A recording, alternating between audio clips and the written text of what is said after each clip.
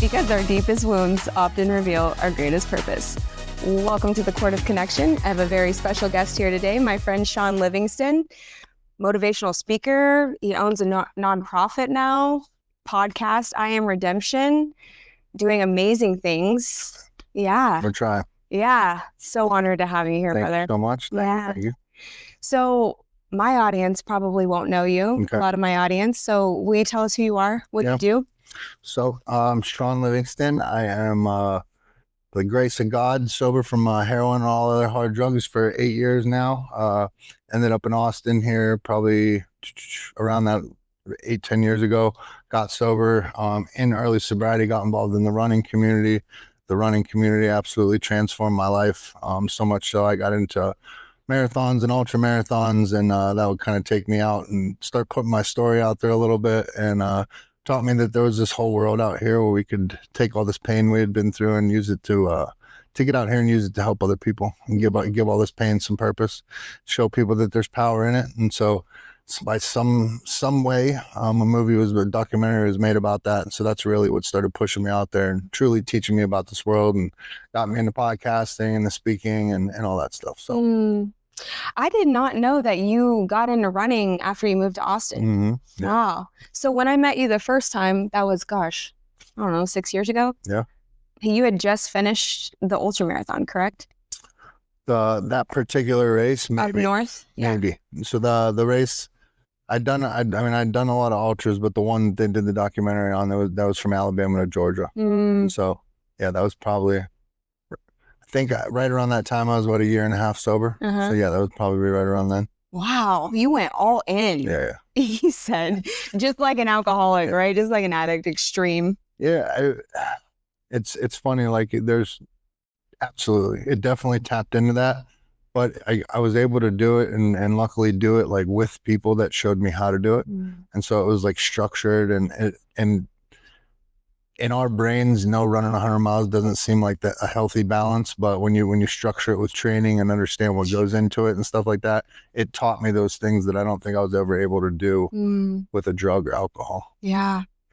Yeah. So, I mean, you've built your whole nonprofit on community. How has community been like the most vital part of your journey? It's probably the most important thing. Obviously God, but I think God brings community in our life. And so I didn't realize how much I missed it, coming from the military, growing up in sports, playing basketball, I was always around community, always wanted to be with my friends, like all those things. And so, we start isolating as a drug addict and go off on our way and cut ourselves from our family. And so when I got sober, I did it through the running community and the recovery community and all that. And so it was so big for me to understand that there's other people out here just like me. Yeah. And then, I was blessed for my story to get out there, and I watched how we could help change people's lives if we use it correctly. But my mission was like never for myself. I didn't want to blow up. I didn't want to do this. And so I just make sure anything I do or anything I go out and build is about something bigger than me. It's about community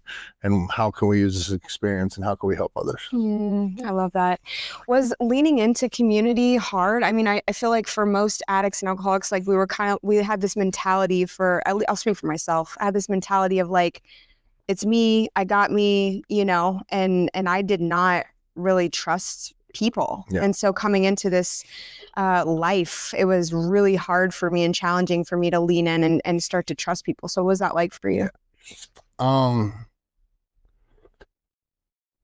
I think it's definitely hard at first. And I think in all honesty, like we get sober and most of us find it through the rooms of 12 steps and stuff like that. And so for me, I would trap myself in those rooms. I would never venture outside of those rooms. So I didn't understand there were all these fulfilling things in life that we could also be doing with other communities because I was scared. Yeah. And so the running community was the first step outside of that safety bubble. And then I saw that there, I'm like, oh, these are amazing people. They're doing amazing things. I could be around these type of people. And then I was just getting something in addition to what I was getting from the recovery community, just in a different way. And so I think that taught me the importance of it right off the bat.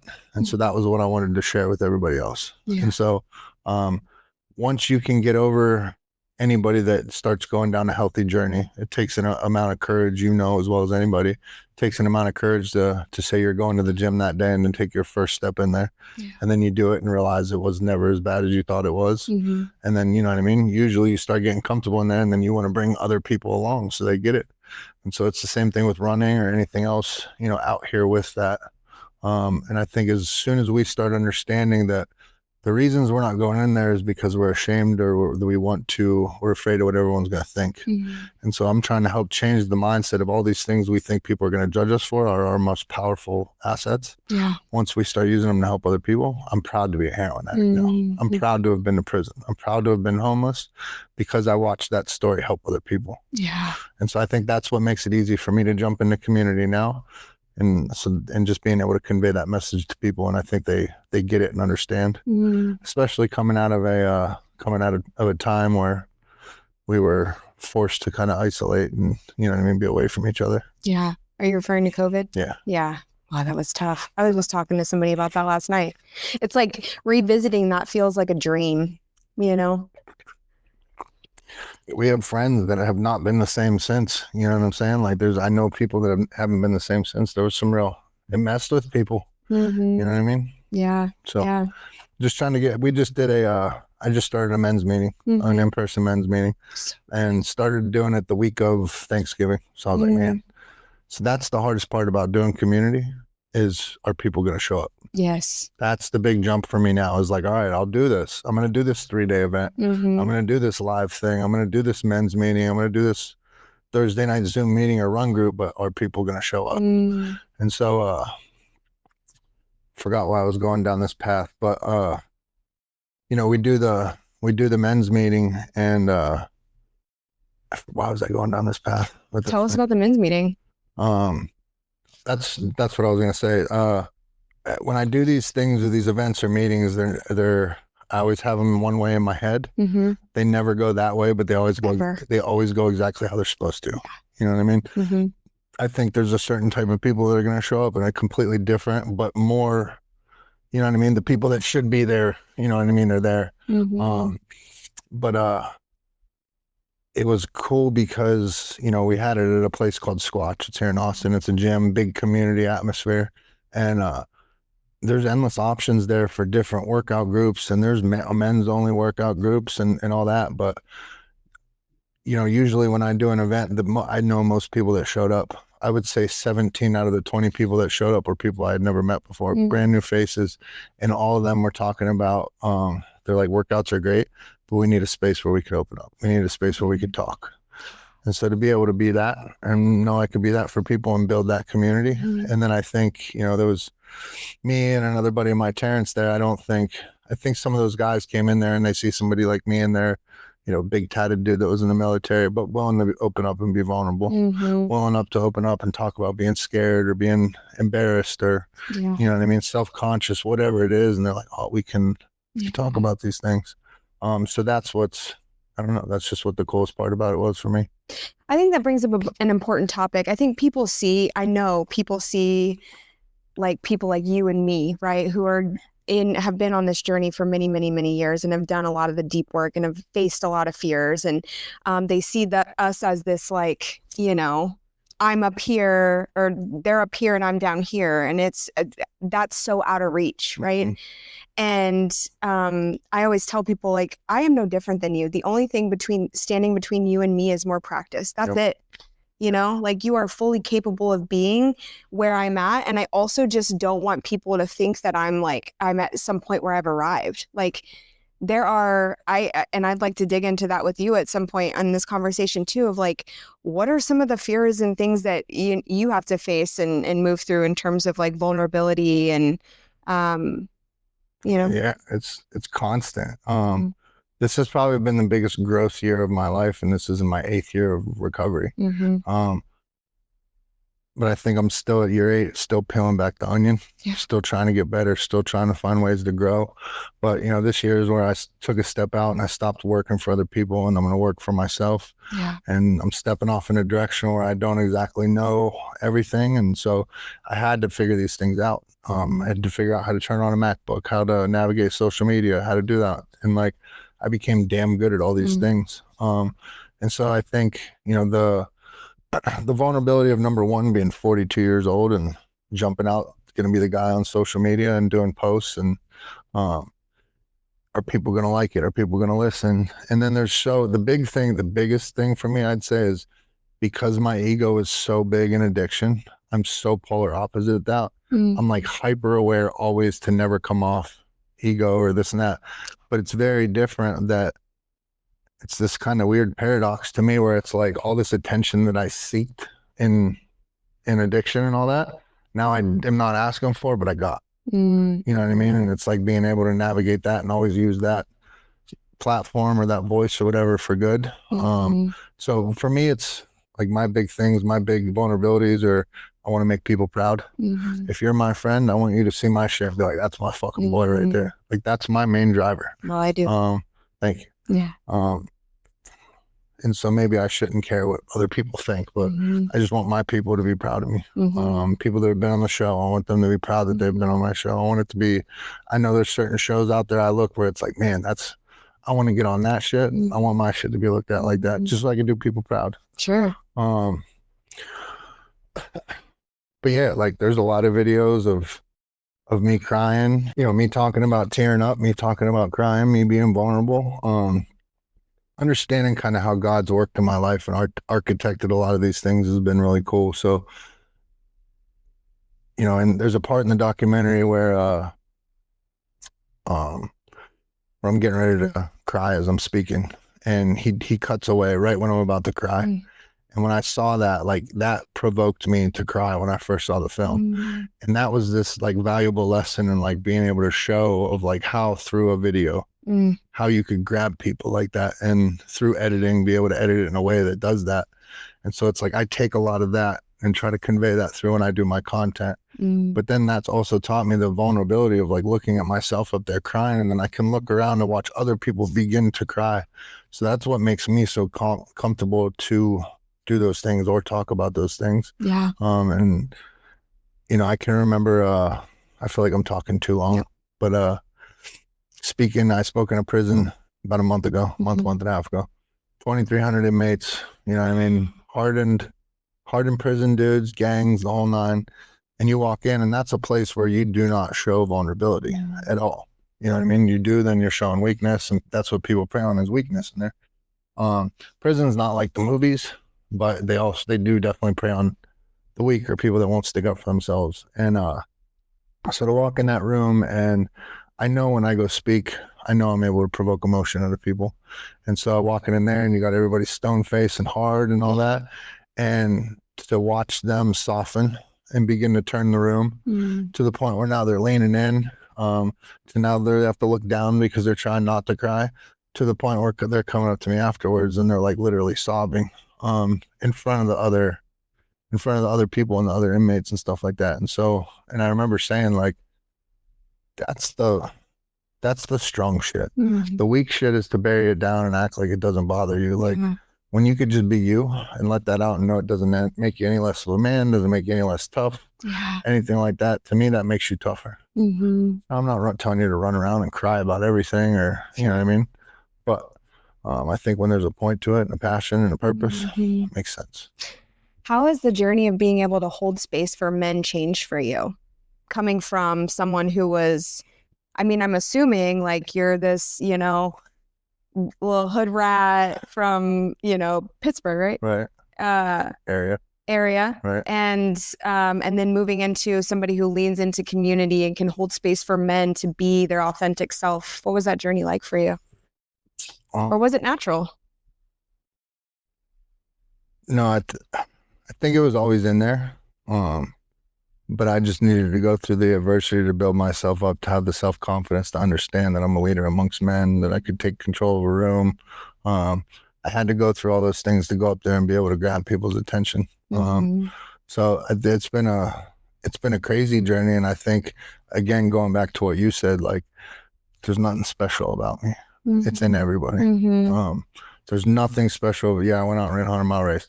Only difference between me and anybody else is I just didn't quit. I did nothing special. I'm no superhuman. I'm not a professional runner, anything like that. I just didn't quit.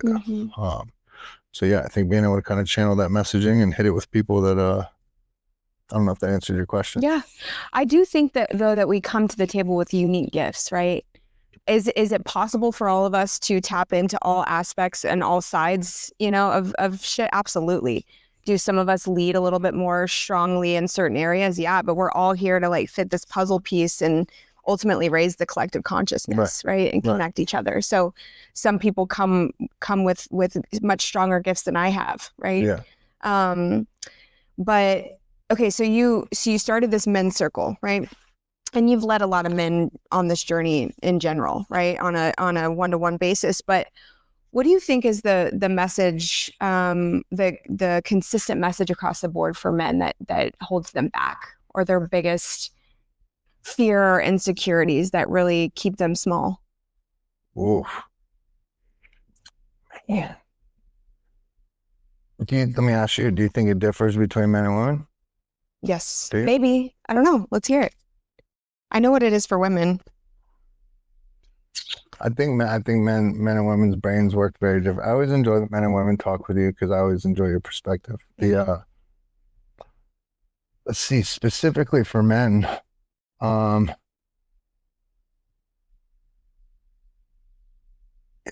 think so that's why I'm going to say it's for both men and women, because I think insecurity is what holds so many of us back. So that self-doubt, that voice in our head that's telling us to quit, that fear of failure. You know what I mean? Whether I don't want to, I'll never forget. I did sorry, I'm rambling. No. I did a workout group for a treatment center. It was a men's and women's group. And immediately the women were like, we have to work out in front of the guys. Like that was their immediate thing. And I was like, hey, let me let you in on a little secret. They're more nervous to work out in front of you and look silly than you are them. And then like they all like busted out, you know what I mean, laughing. And they were like, oh, wait a minute. And they like got it. They were both like that. So I don't know if that answers where you're going, but I think it essentially just self-doubt and all that. But it's because, I mean, the way times have changed. A lot of us grew up in like single mother households and, you know what I mean, didn't have the strong father figure, didn't go to the military. Luckily, my life pushed me out to go to the military and figure out how to live on my own and stuff like that. And so I think that's a hard step for a lot of people to take. Yeah. Just in the times we're in. But I'd say the biggest thing for anybody else is the people you surround yourself with. Yeah. When I surround myself around bad motherfuckers, I do bad motherfucker shit. When I surround myself around average people, I'm average as everybody else. Yep. And it's always the way it is. So true. I think for women, the common theme, and it probably is the same for men on some level, is this like innate not enoughness, like this small, like play small, like don't take up too much space. And I think generationally, we were kind of set up that way, where men were the providers, men were the, they were the workers. They were the ones who, kind of told women how to be, what to do, right? And we just kind of fell in line. And this is years and years and years of feminine suppression, right? And now what we're seeing is this like rebalancing where women are starting to rise into their own power and not play small and have a voice. And I think it's like we're all trying to find our place in this new paradigm, because it has swung hard where some women are like, I don't need a man, or, like there's this toxic femininity, and there's also this toxic masculinity. And what I'm starting to see, honestly, is more men being repressed. And it's funny you said that. Yeah. One of my recent guests, Bray, he was talking about that thing, and a big reason why he does what he does is to try to help men find their place. And so he was saying, he's like, I'm all for women's empowerment and all that stuff, but it's also left a man of like, where's my place? Yeah. I think there's a lot of sense. You could speak in general terms like that, but I think like per man, or I'll speak for myself. Once I dug in and really did the work and got myself in shape and like really went out and ran these races and I overcame this adversity, I became very aware of like who I am. Mm-hmm. You know what I mean? I know who I am as a person. I know what I'm capable of, and I'm very comfortable being that now. And so I think it took me to get to 40 years old to get to that comfortable place in my life where I'm proud as hell of who I am. And no matter what, I know who I am and I'm going to be okay. Mm-hmm. And so it's like, I don't need other people anymore to, fulfill me. Validate who I am. Right. Yeah.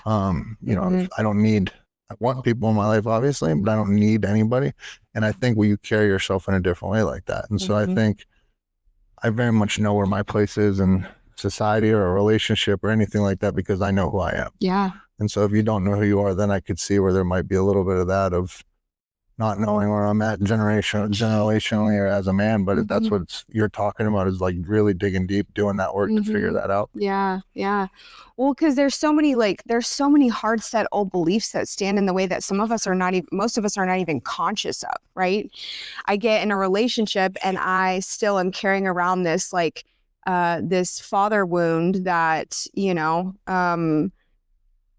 basically has me forced into my masculine energy where I'm like, I got it. Stop trying to carry my shit. Stop trying to, and it's like, I'm just trying to help you and take care of you. You're my woman, and I'm like, and it feels like some sort of fucking threat to me, like you're making me feel like I'm not capable, like that's the dialogue. And so, and this is just my story. And so it's been such an interesting journey to start to drop into my feminine and allow people to take care of me. And I don't just mean a man. I mean friends, right? Because I've always been that for other people. And so that journey of like leaning into being on the receiving end was so fucking uncomfortable. What's that like for you? There's so many things going through my head as you're talking about that, and getting married has been a big lesson in a lot of seeing the different dynamics of like men and women and how we operate. And I heard something really good recently, and it was they asked what the man wants for Christmas, and he basically was like, I just want to know that I'm worthy of your love. And like when you boil it down to it, that's it. Like that's it for me. Like as far as the wife goes or a woman in your life, like I just want to know that I'm worthy of your love. As long as I know I'm not, like my days are good, materialistic, none of that means anything else. Yeah. But I don't know. That's the one thing that I came away with what you were saying that made me think of that. That's so powerful. Yeah. Because the seminar I went to last weekend, it was all about the mother-father wound and how that showed like the wounded masculine, the wounded feminine. And on day 3, because I can't give away the details in case somebody wants to participate in this, but day 3 was this ultimate act of giving and receive, like the feminine giving to the masculine and the masculine giving to the feminine. And it was the most profound fucking experience I have ever been a part of in my life. And it was just this,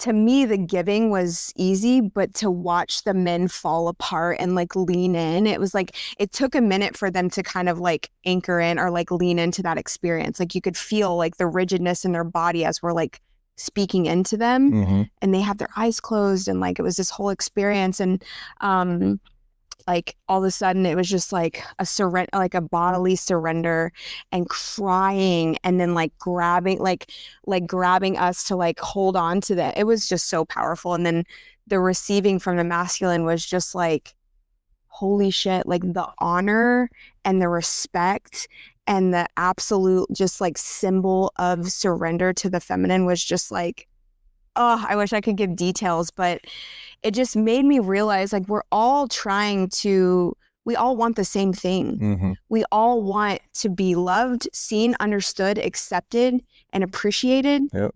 And it made me think about like this idea of love language. And are you familiar with the different love languages? What are yours? What is mine? Physical touch, words of affirmation, probably. Okay. Yeah, perfect. So example of that, I was talking to somebody recently and his were the same. And he was like, and it's not affirmation in the ways that I think people would think, like, you're amazing, you're strong, you're this, you're that. He said, it's like if we have a conversation and I go there with you, right? And I'm like in this experience with you, you reflect back that you deeply hear me and understand me, right? Yeah. And appreciate my ability to have courage to go there, right? It's like that kind of affirmation, right? Being seen, right, and understood. Yes. Yeah, you know? for sure. Yeah. Yeah, we went through this weird phase for a while. Like I was raised a certain way. I went to the military at a certain age. So I've always prided myself on being a gentleman. You know what I mean? Like doing those things, holding doors for people. Like I called young dudes that are teenagers, sir, just because it's everybody's ma'am, sir. It's just how I'm programmed. And then that was admirable for a while. And then there was a couple years where all of a sudden that was like toxic masculinity, where I'm literally just trying to walk out of the gas station and be a gentleman and hold a door for somebody. And then I'm getting looked at crazy or something said to. So that was a little weird. I don't think this is answering anything that what you were talking about. We're just having a conversation.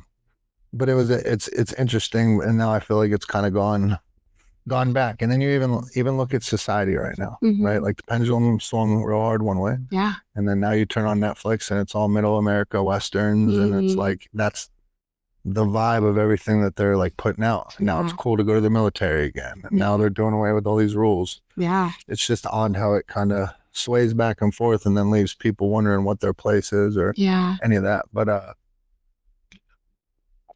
on so much of I'll speak for myself again. I feel like marriage and who you choose as a wife and husband and all that, I feel like it's very closely tied to your parents and so much of relationships and all that stuff. And like, because there's so many times where I call my wife out for being exactly like my mom. It's like, well, then you wonder why you ended up with this woman that has these uncanny characteristics. You know what I mean? She's not my mom, obviously. Sure. But just how they operate and stuff like that, very similar. Yeah. And I feel like so many of our previous relationships, all that stuff is just building us for letting us know everything we do want, don't want, and then what dynamic we're going to have in those. Yeah. But it forces a mirror up to you where it's like, I actually find excitement now in looking at the resistance that comes up in me at moments, right? It's like, I feel a resistance and I'm like, what is this, right? It's not about the other person ever. It's never about the other person, right? I had a couple of experiences at this seminar where I had some resistance come up and it was fun to explore that and step back and just be like, what's coming up in you? Like, what's being stirred in you? Is it that you don't feel worthy of having the same experience as this other person? Is it that you don't feel like you feel inadequate, or you know what I mean? And it becomes this thing that is exciting because that means I get an opportunity to grow. Yes. You know? So there was obviously I was telling you about continuing to peel back the onion. And so I started going to therapy, and we were talking about something with my therapist and she brought it up, and I immediately, guard came up and she's like, well, what is that? What are you going through? And I started trying to explain it. And, we basically come up with, it all boils back down to childhood. And then I have this thing in me where I always got to be the tough guy. And it's like, all right, why am I like this? Where did this come from? And I started digging deep and realized a lot of these attributes that I have are like my father. And then you start wondering why you react to certain situations in certain ways. And so there's times where, I'll get mad, I'll yell, and I can hear my dad in my voice. You know what I mean? I can hear the toxic shit he's talking about. And I hate that I'm about to use the word toxic masculinity, but that's what it is. And so she is basically, the way she broke it down is she's like, well, Shawn, like you're in these situations, you have to ask yourself, like, there's different people. Imagine you're driving a bus and you have all these different life experiences. There's these different yous that are going to be driving this bus. So you always have to ask yourself, who's driving the bus right now? Is this who I really want driving the bus? Is this the toxic shit from my dad driving the bus right now? And that was like a major eye opener. So like you're saying, I've never been the big deep thinking guy, but now I've become that to where it's like in that moment I start digging deep where, you know what I mean? Where it's like, I'm confronting that of like, all right, I reacted like this way. Why do I want to hit this guy right now? You know what I mean? Totally. It's not, he didn't do anything. It's something in me. You know what I mean? Why do I feel that way? Because he said about it. So it's too bad it took us 40 years, or it took me 40 years to get to that. But you're here, we're here. The reason I was laughing is because my ex, there was one, There was one day he was just staring towards this table, and it was just like, and I'm like, he's thinking hard right now. Like, wow, I wonder what he's thinking about. It feels like really deep. And I'm like, what's going on over there? What are you thinking about? And he's like, that leg's uneven. And I literally lost my shit because I was like, women are just different, you know? Like, I'm never looking at a fucking table and thinking, man, that leg's crooked. I'm like swimming in the deep lake, you know? And I think we balance each other out, which is beautiful, right? Because I think what I've learned from the men role models in my life is just like, stop overthinking. Stop. It's okay, you know? But then we, on the flip side, have been like, think a little bit more, like go a little deeper, you know? Right. So it's this beautiful blend that pulls me back, you know, but then also pushes the masculine. So there was did you see the new Gladiator? No, I haven't yet. So Denzel's in it. And there's a portion in the movie where I think their vice is to have young guys, you know what I mean, dabble in that kind of stuff. And there was something they said that triggered that thought of what you just said about balancing each other, or like how men and women are like, in a marriage, you start to understand, like, we are the yin to the yang. Like, get some aggro dude that's full of testosterone, he gets married, starts having kids, what happens? Gets a bunch of girls that level him the fuck out. And so it's like, you know, straight, nothing, I don't care if you're gay or not, whatever, like, support you, anything you do, but I'm just saying, it would be tough to have the same side. How does that balance you out? Yeah. You know what I mean? Yeah. Like, how does that balance happen? Yeah, that's such a good point. I've never really thought about that. Because I think men, you guys settle us down a lot like that. I think we're able to, you know, you guys have some times you need to be brought back to center, you know, settle down stuff, but we were able to provide that for each other in a natural way.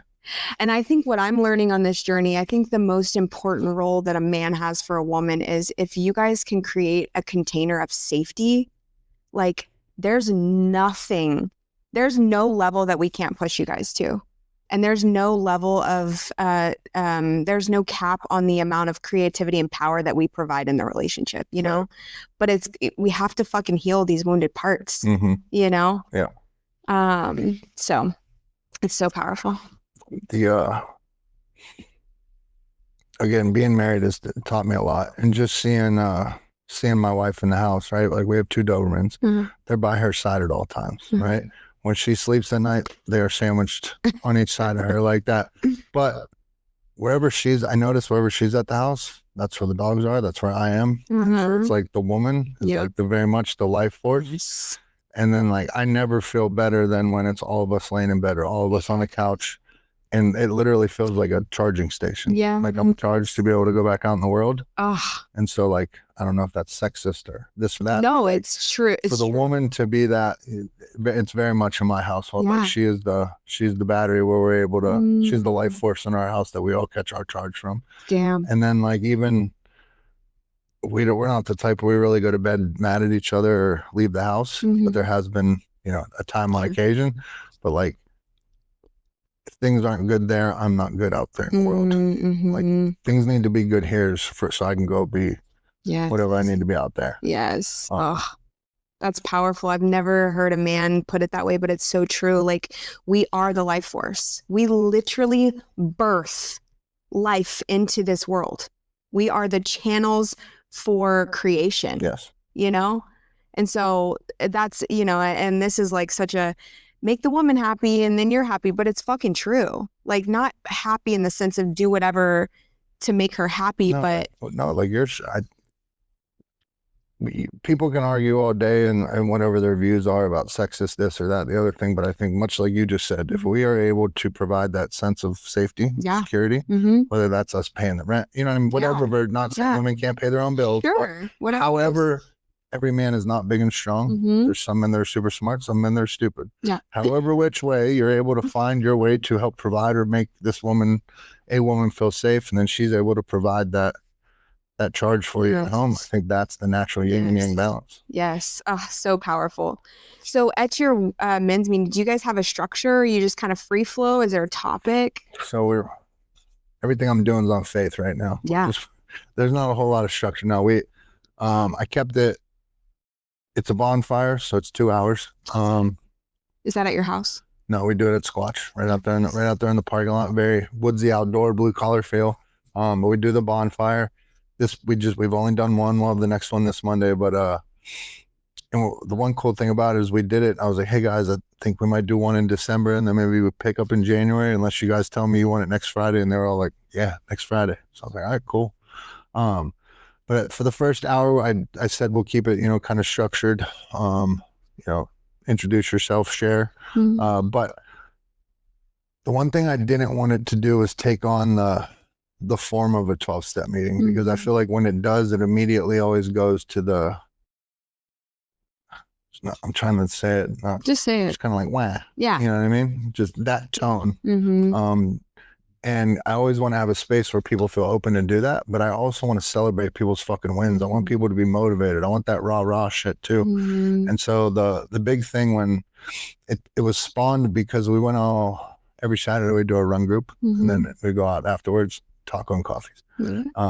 This one particular weekend, for whatever reason, none of the women came out to eat, so it was 6 of us guys. Normally when we go for tacos and coffee afterwards, about 45 minutes, an hour, and then everybody departs. We did it, and it was all the guys, and we were like 3 hours in, and we're looking around, and I was like, oh, man, like I needed this. And it was just normal. People were venting, people were talking about work, they were comparing notes about this, and you know what I mean? And it's very eye-opening when it's like, I feel like my relationship problems are all mine, and it's like, she's never wrong. She justifies everything she says. Like, you know what I mean? It's like this venting I need to get off. And then he's like, oh yeah, bro, that's my wife too. And it's like, yeah, my girl does that too. And it's like, oh, this is just how women are. Okay. You know what I'm saying? Like being funny, but in a way, like the same thing, girls get together and no guys do their dumb shit. No, I'm only joking. I'm not being no, he's not. I'm just kidding. No, but that's what we need to open up and vent about. And so we just looked at each other and it was like, all right, we need to keep this going. So I wanted it to be, we'll have it structured for an hour and then just keep it open. If you guys want to cross talk, I don't want anybody in there fixing anybody. Yeah. But I want it to be a place where people can come show strength. People can come get strength from other people. Yeah. And just have it kind of be open and shoot the shit. And I love that. If one week we're talking football, cool. If one week we're talking about, you know what I mean, being vulnerable and mommy issues, cool. I love it. I love it. It's so funny to me how parallel we are, literally. Like you're, many steps. Me and you, or men and women? Me and you. Okay, always. Yeah. It's so funny because you mentioned that on the episode when I was on yours, but I'm sitting here thinking like, holy shit, me and some of my girlfriends are we started the women's DA meeting, but that's for 12-step, right? But we have decided to start like a spirituality, like, because I want circles where men and women can come together and like explore this openly together. I think that I'm just going to say it. Like, I think that a part of my role on this journey is to elevate and expand the consciousness of 12-step spaces. And it's so dogmatic, and it's, how do we change that? Because we need to, and I think I'll play a role in that. But anyways, that's separate. But the spiritual group is just, we don't want a format. We want people to come and bring their thoughts and curiosity and like, their depth, their vulnerability, and all of that stuff. It's not necessarily like a women's circle, but right. No, I think you and I, we've had our time. I think you and I will always be here for the newcomer and anybody that needs it, right? But I also think like you and I both I've reached a point in life where I'm headed in a direction, I'm traveling a certain speed, right? And I don't have a lot of time to wait for people. Yeah. You know what I'm saying? And it's not that I'm not going to be there for you or anything like that, but I can't chase or do any of that. And I think or drag you up. Right.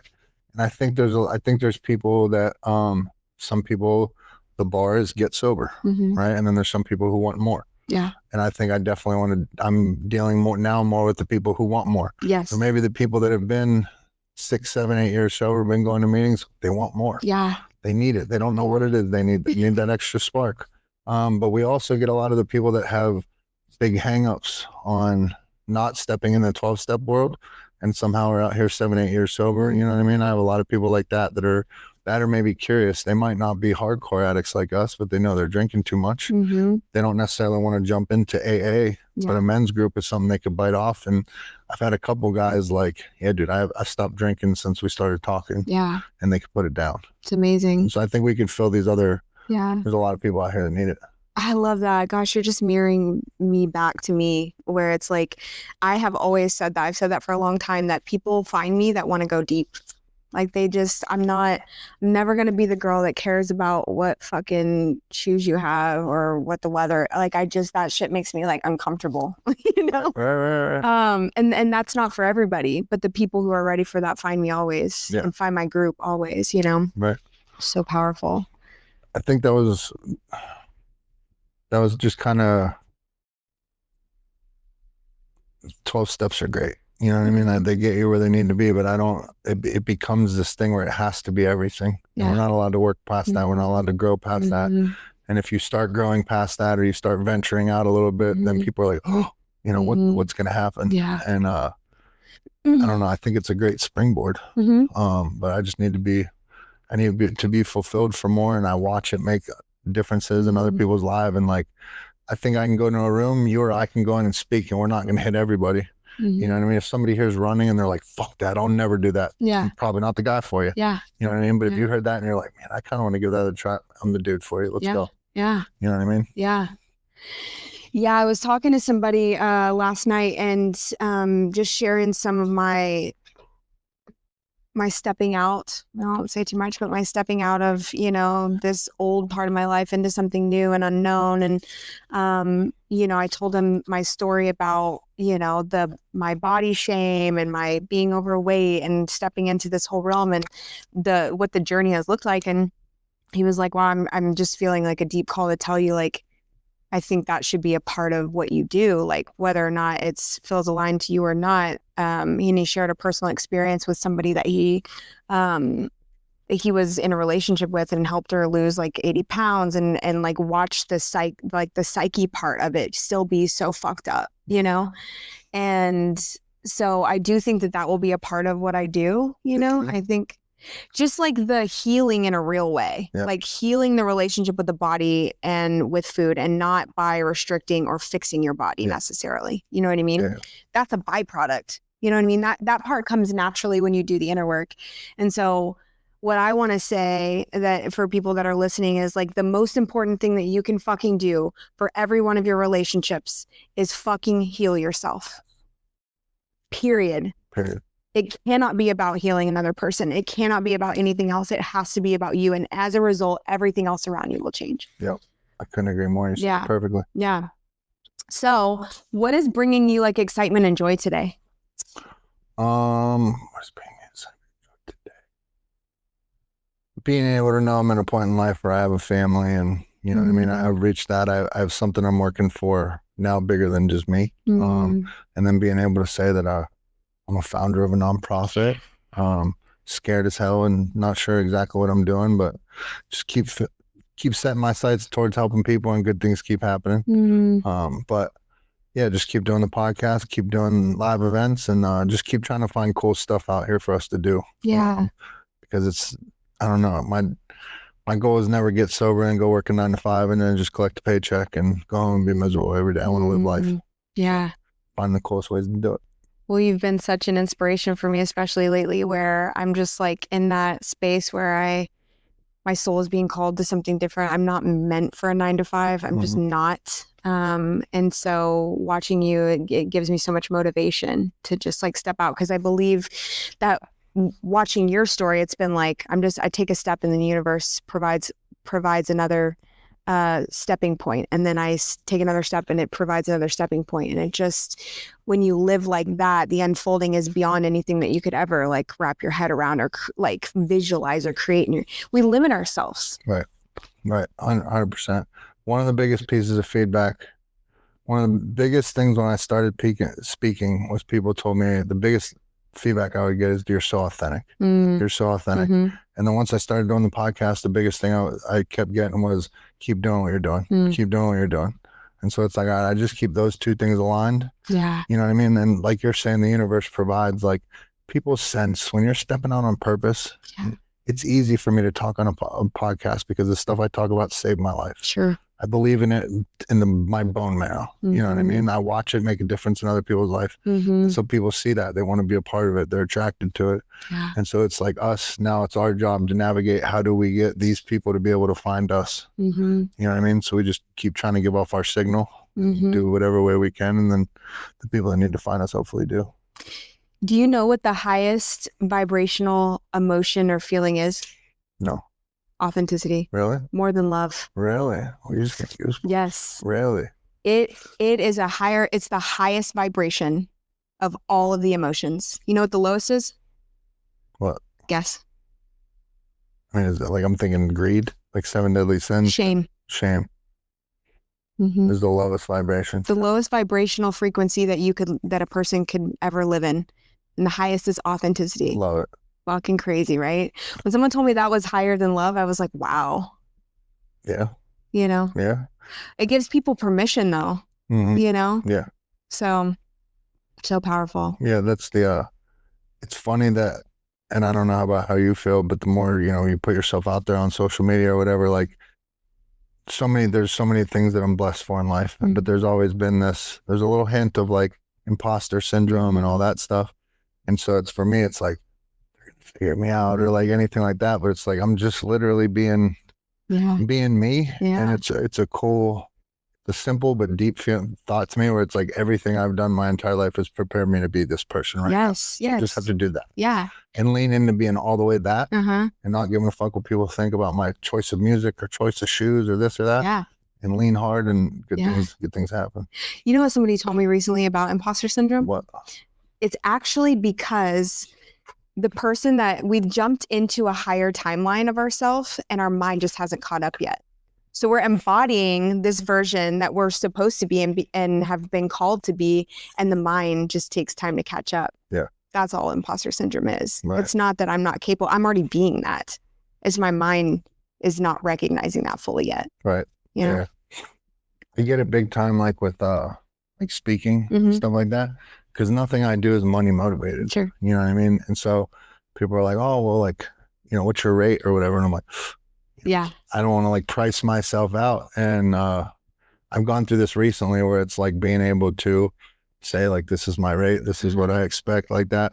But knowing that you've worked to get there, that you're worth that I know that's what I provide. Yes. And so that's where it's like the imposter syndrome, but it's like, I might have that imposter syndrome walking not on the stage, but in the door. Or when I'm walking off stage, there's zero imposter syndrome because I know what I just did. You know what I mean? What do you think's the old belief underneath that? Like underneath this, like, oh God, somebody's asking me, I'm going to have to give them a price. And I'm, like, what do you think's underneath that?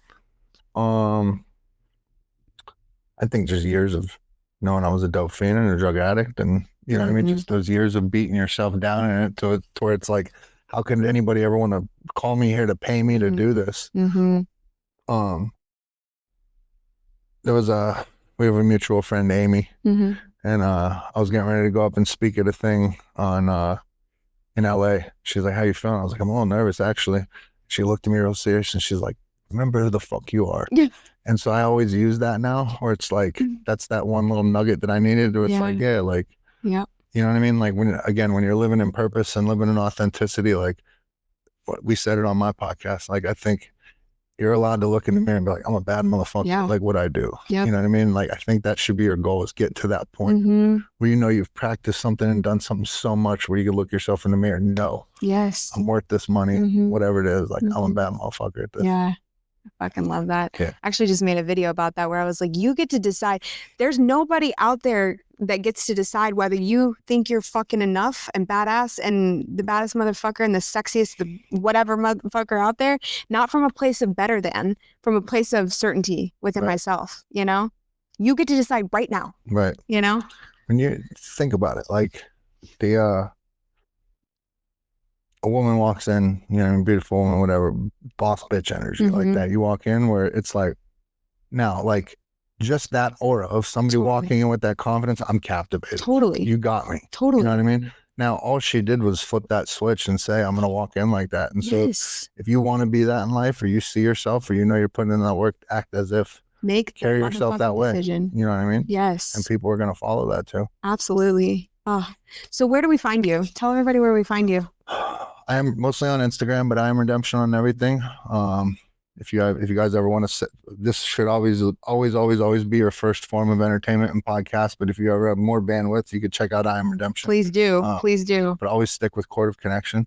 I'll link everything below too. Yeah. But yeah, it's on I Am Redemption on all platforms. And then if they ever want to check out the documentary, it's called 100 Miles to Redemption. And there is talks of it becoming something else bigger here pretty soon. So we'll see what happens. Oh shit. Love that. Okay, so one question we'll leave with this.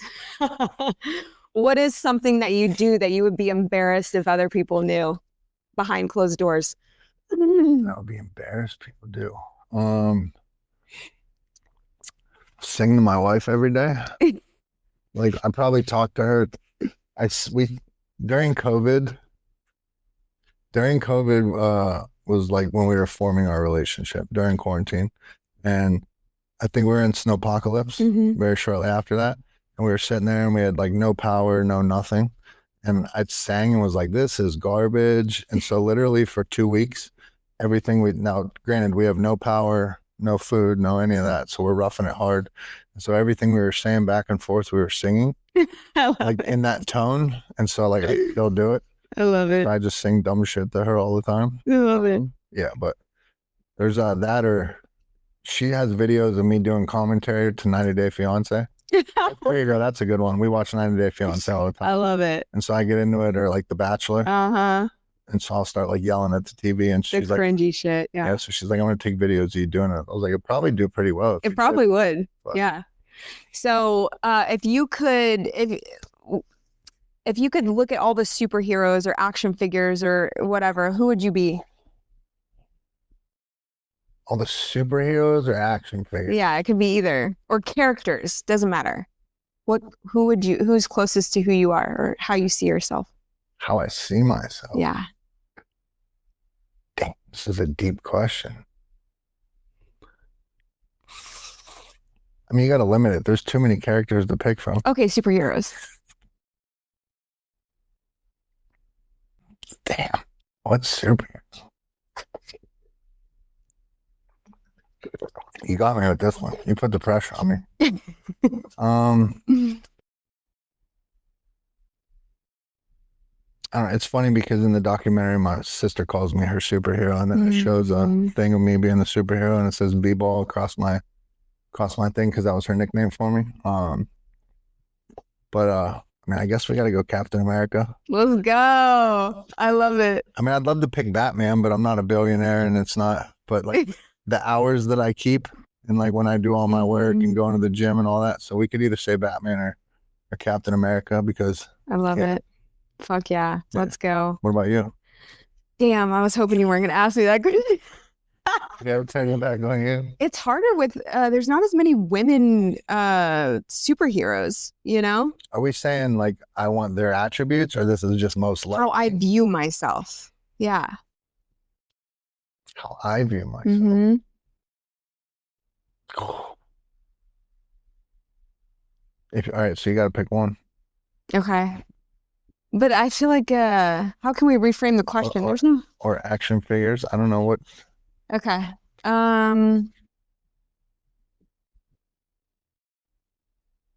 You know, I don't know if you ever saw the actual Barbie movie. With Margot Robbie and... Yes. I think bits and pieces, but never... So, like, her character in that movie really was, like really stepped into this like authentic seeing people for who they are, like total non-Barbie, right? You know, view. It's hard for me. We'll have to circle back on this question because that's tough. It's a very, very tough one. Yeah. Okay. Well, we'll prepare more for that question. I like it. Yeah. I mean, that's what those questions should do, make you think. Yeah, make you think. So I want to know later this week. You got to tell me what your character. I'll same here. All right, you got it. Okay, Shawn, I absolutely love you. I adore you. I respect the shit out of you. You're doing amazing things, and I'm just honored to be your friend and on this path with you. Thank you so much for being here. Thank you. It's an honor to be here. Anything you ever need, I got you. Yes. I feel like we've been we've been connected since we met or knew each other. So anytime, I'm so excited for you, and anything I could do for real. Well, I do think we'll do something cool, some sort of retreat or some sort of like blending of men and women. Like I can see that, like, oh man, something. We'll to be determined. But yeah, may the cord that binds us to one another and to Source remind you that you are always guided, never alone, and always home. Until next time.